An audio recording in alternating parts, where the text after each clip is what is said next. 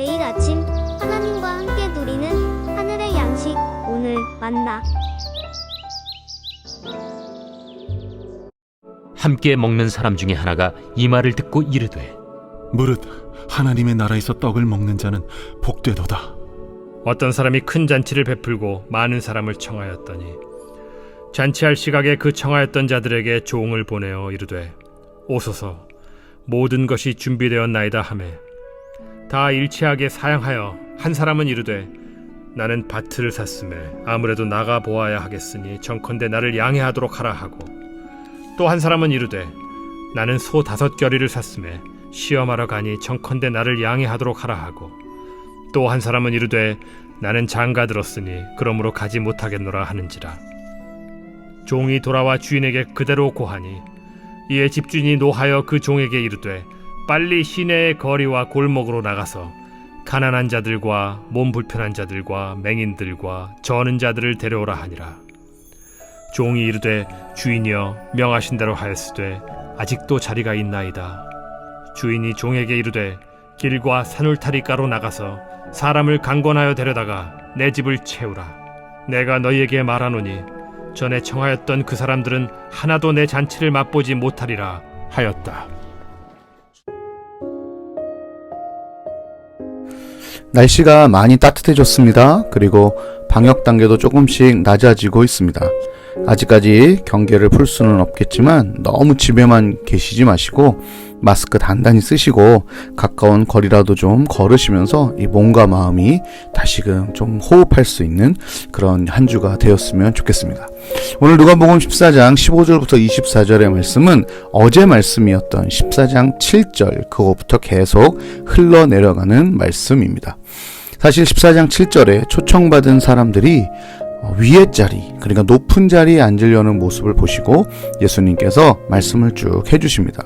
낮은 자리에 먼저 앉아라. 그리고 나서 낮은 자리에서 높임을 받아라 라는 말씀을 쭉 하시거든요.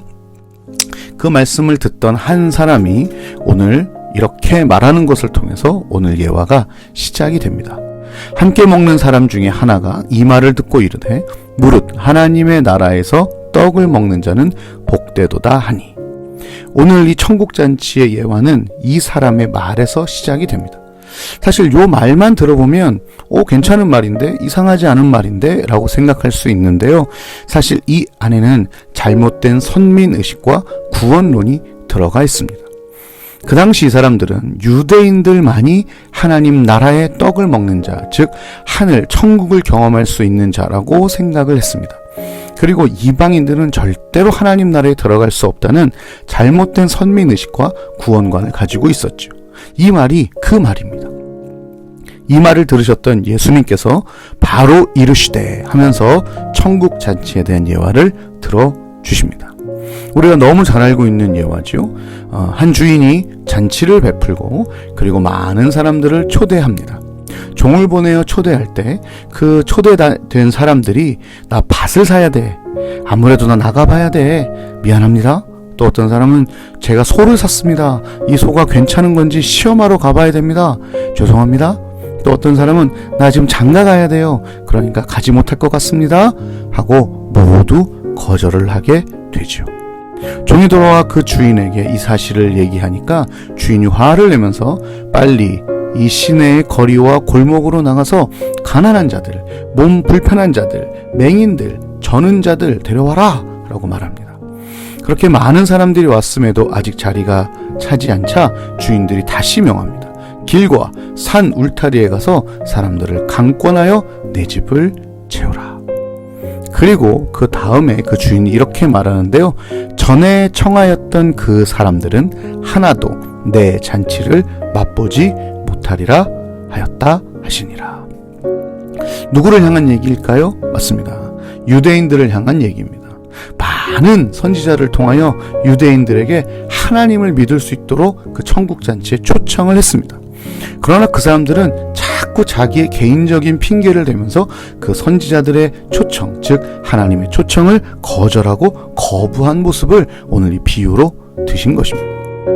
근데 여러분, 어떻게 그 초청을 거부할 수 있을까요? 아마도 그 밑바닥에는 이런 생각이 있었을 거예요. 그 주인의 초청에 나는 언제든지 응할 수 있다. 이번이 아니더라도 나는 다음에 가면 된다. 나는 그 사람에게 초청을 받기에 충분한 사람이다. 라는 생각이 저변에 깔려 있었던 것이죠. 다음에 가면 되지 뭐. 다음에 하면 되지 뭐. 유대인들도 자기가 선민이라는 생각으로 하나님은 어떻게든 나를 구원하시겠지 라는 생각을 했습니다. 그래서 하나님의 초청에 이번은 안 가. 이번엔 안 해도 될 거야 라고 거절한 것이죠. 결과가 어떻게 됐습니까? 하나님은 그들이 절대로 천국잔치에 초청받지 못할 것 같았던 가난한 자, 불편한 자, 맹인들, 저는 사람들이 그 천국잔치로 채워지는 것을 보게 되고, 그리고 자기들은 그 잔치에 들어가지 못하게 될 것이다 하고 하나님이 말씀해 주시는 것이죠.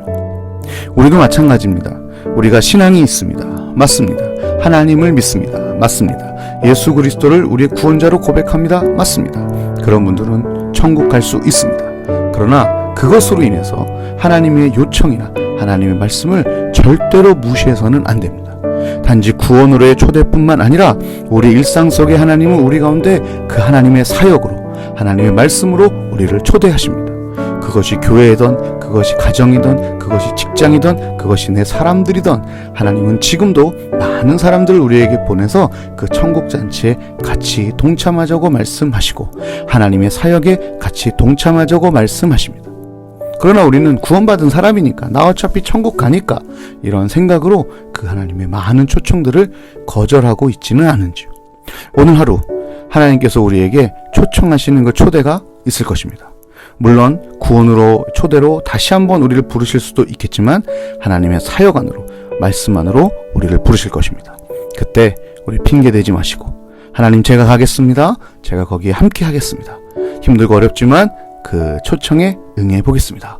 라고 하나님 앞에 기꺼이 나아갈 수 있는 저와 여러분, 그런 오늘이 될 수 있었으면 좋겠습니다.